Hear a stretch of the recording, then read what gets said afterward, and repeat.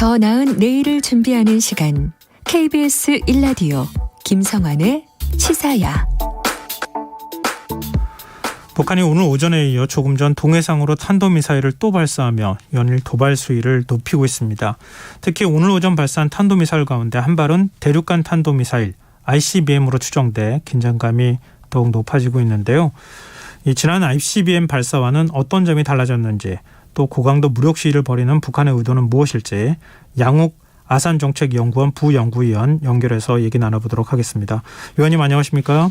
네, 안녕하십니까? 네, 어제도 하루 종일 미사일 25발을 쐈다 이렇게 얘기할 정도로 도발이 계속되는데 오늘 아침 그리고 또 조금 전에도 미사일 발사 소식이 들려왔어요. 이거 또 어떤 형태의 도발을 했는지, 어제는 어떤 점이 좀 달라졌다고 볼 수 있겠습니까? 일단 어제 미사일 발사의 가장 큰 특징은요. 예. NLL 이남으로 미사일이 떨어졌다.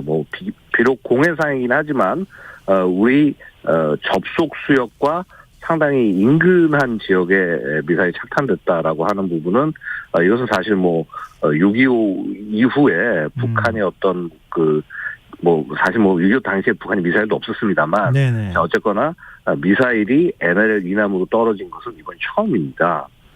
그래서 굉장히 좀 심각한 사안으로 받아들여졌고요. 거의 네. 대한민국 공격에 준하는 그런 행위다라고 정치권에서도 평가하기도 했었습니다만은 그다음에 그 이외에도 굉장히 다양한 종류의 미사일들을 발사를 했습니다. 탄도 미사일도 계속 발사를 했지만은 비질런트 스톰 한미 연합 공군 훈련에 대응하는 의미에서 지대공 미사일도 발사를 했었고요. 그게 어제 상황입니다. 근데 오늘은 네. ICBM을 발사한 것이죠. 그래서 ICBM을 발사하고 그다음에 단거리 탄도 미사일을 약 1시간 있다가 두 발을 발사한 다음에 지금 이제 아까 9시 한 35분경 이때를 저기로 해서 세 발의 단거리 탄도 미사일을 발사한 것으로 알려지고 있습니다. 네, 지금 이제 발사한 ICBM의 경우에 북한의 신형 ICBM, 그러니까 화성 17형으로 지금 당국에서는 추정하고 있던데요.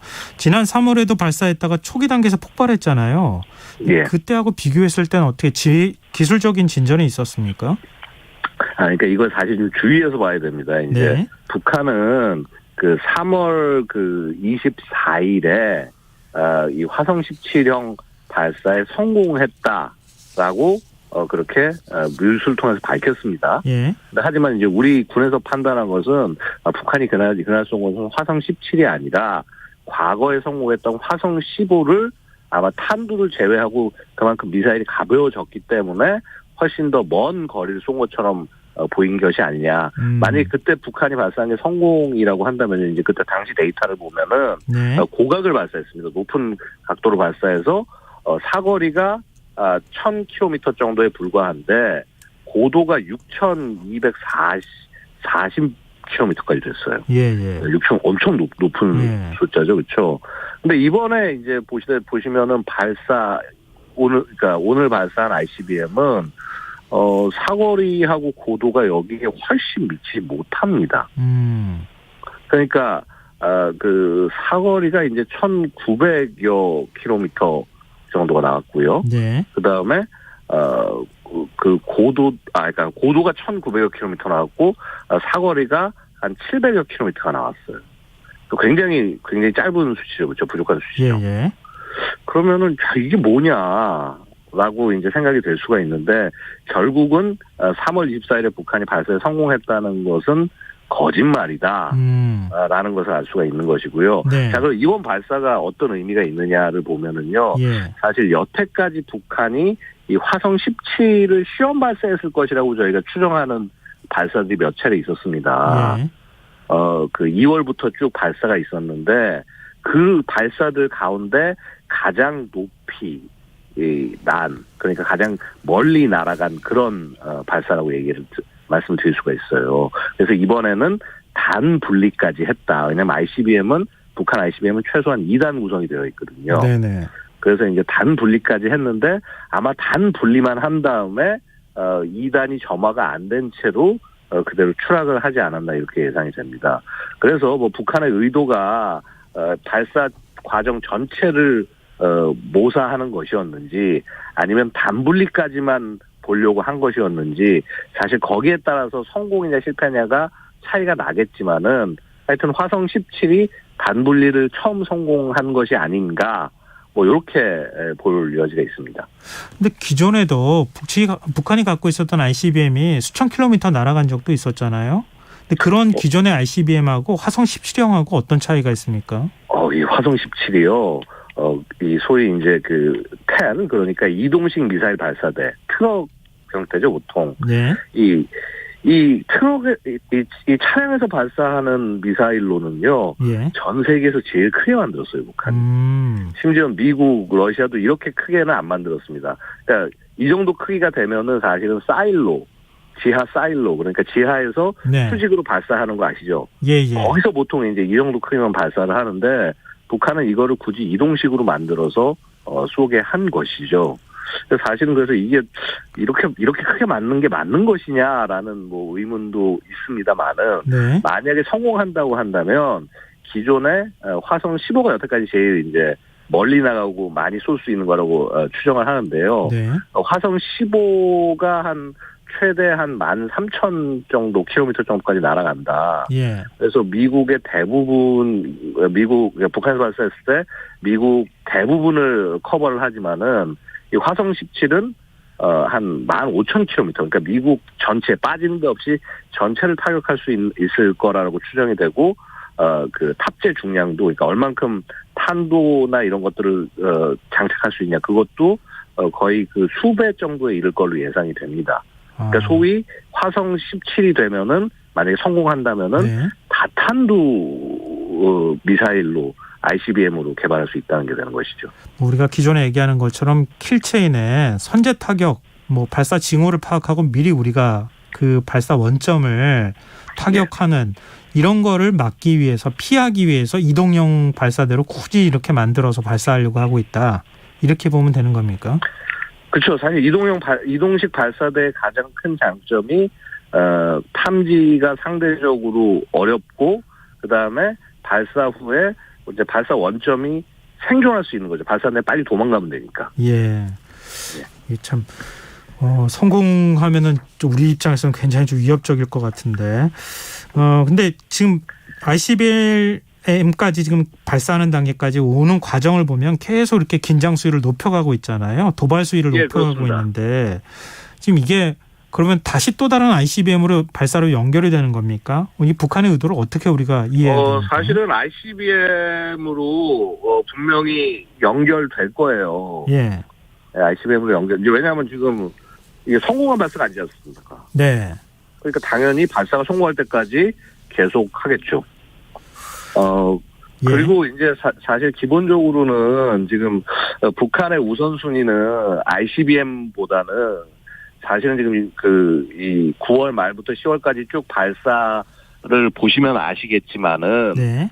북한은 지금 전술핵 대한민국 전체를 핵 미사일로 공격할 수 있는 전술핵 무기를 확보하는데 주력을 하고 있습니다. 네. 그래서 일단 지금 미사일이라든가 뭐 발사 플랫폼 같은 것들은 그 확보가 어느 정도 돼 있습니다만은 지금 이제 뭐라고 그럴까요? 탄두 자체가 아직 확보가 안 된 거죠. 예. 그게 이제 7차 핵실험을 통해서 나타날 것이고요.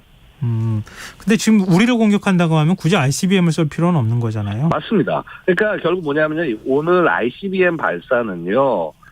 지금 북한이 굉장히 예민하게 반응하고 있는 비질런트 스톰 한미 연합 공군 훈련에 대응하는 의미. 그래서 미국에게 보내는 메시지가 아닌가 말씀드릴 수 있는 것입니다. 네. 근데 하나 좀 궁금한 게요. 북한이 요즘 계속 이렇게 미사일을 쏘고 있는데 뭐 우리가 생각할 땐 미사일 한 발이 굉장히 비싼 것으로 알고 있는데 도대체 북한이 미사일을 얼마나 갖고 있길래 이렇게 쏘는 건가? 과연 그렇게 만들 수 있는 능력이나 경제력이 뒷받침될까 이게 궁금하거든요. 일단은 이제 그런 연구가 있었죠. 이번에 이제 북한이 발사한 미사일이 전반적으로 어제 하루 기준으로 쳤을 때 거의 뭐 1,000억 원 정도의 비용에 해당한다. 네. 그러면 이제 이게 북한의 1년 식량에 거의 해당하는 수입량에 해당하는 그런 그 액수다라는 평가가 있었습니다. 예. 근데 이제 이거는 사실은 어찌 보면은 약간 자본주의적 그 차원에서 평가를 한 거가 되겠죠. 왜냐하면 지금 북한은 그런 우리와 같은 이런 시장 경제 체제가 아니라 결국은 중앙 집권에 의한 그 통제, 그다음에 국가가 생산이라든가 이런 것들을 통제하는 그런 체제이기 때문에 네.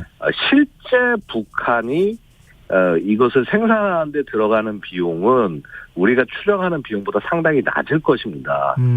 인건비 줄 필요 없고요. 예. 개발비 별도로 뺄 필요 없고 오버헤드 코스트 같은 것들 별도로 감안할 필요가 없습니다. 결국은 국가의 예산으로 다 돌아가는 것이기 때문에 네. 물론 그럼 그 예산이 어디서 오냐. 그 예산을 국민을 위해 쓸 수 있지 않느냐라고 한다면 그 말은 맞는 말씀이에요.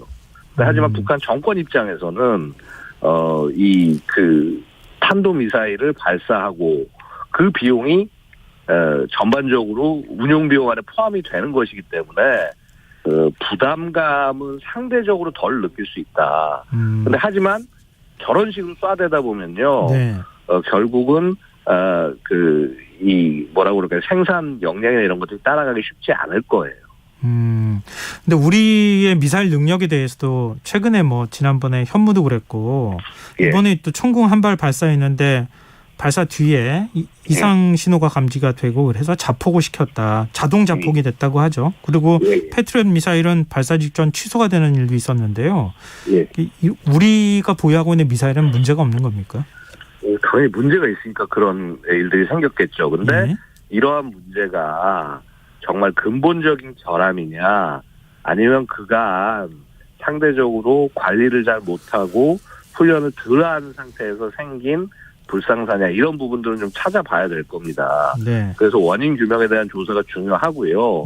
그다음에 저는 너무나 다행이라고 생각을 하는 것이 이것이 나중에 실전이 돼서 제대로 발사가 못 되는 거 그렇게 되면은 정말 감당할 수가 없는 문제인데 네네. 이 훈련을 통해서 이런 문제들을 발견을 했다. 이제 조치를 잘하면 된다. 이렇게 말씀드리고 싶습니다. 네. 근데 북한의 도발에 맞서서 지금 한미연합 공중훈련 비질런트 스톰 훈련 기간이 좀 연장이 됐는데요. 또 한편으로는 북한이 또 여기에 엄청난 실수다 이런 반응을 보이고 됐는데 자꾸 이렇게 서로 간에 에스컬레이팅 된다고 해야 되나요? 긴장 수위를 다 이렇게 높여가다 보면 진짜 파국으로 가는 거 아니냐 이런 우려에 대해서는 어떻게 보십니까? 기본적으로 북한이 파국으로 가기 위해서는 정말 그 확실한 전력적 우위를 확보를 해야 될 겁니다. 안 그러면 정권 자체가 사라져버릴 수 있기 때문에 근데 지금 북한이 지금 자신 스스로를 뭐 핵무장국이다. 그다음에 핵태세가 갖춰져 있다라고 얘기하지만은요. 사실은 뭐 미국이라든가 뭐 기타 기존의 핵 그 보유국들에 비하면은 사실은 제대로 갖춰져 있는 상태가 아닙니다. 그래서 북한이 되려 이게 만약에 뭐 앞으로 5년 6년 뒤에 뭐 예를 들어서 7차 핵실험이 성공을 해서 전술핵을 여러 개 갖춰서 그 전술핵을 양산까지 다 해가지고 미사일에 탑재까지 시켜놓은 그런 상황이라고 한다면은 조금 더 주의가 필요할 수 있습니다. 근데 하지만은 지금 현 상태에서 북한이 그런 능력을 갖추지 못하고 있어요. 그래서 그런 부분들을 알기 때문에 어찌 보면 한미 양국에서도 북한의 이런 잘못된 행동들 이런 것들을 견제하기 위해서 좀 세게 하는 측면이 있다라고 생각합니다. 특히나 그 어제 미사일 발사에서 보면은 NLL 쪽으로 떨어졌지 않 남쪽으로 떨어지지 않았습니까? 이거는 절대 용납할 수 없는 일입니다. 네, 알겠습니다. 이 어디쯤에서 과연 균형점을 찾을 수 있을지 그건 좀 지켜봐야 되지 않을까 싶네요. 좀 걱정스럽네요. 지금까지 양욱 아산정책연구원 부연구위원이었습니다. 고맙습니다. 감사합니다.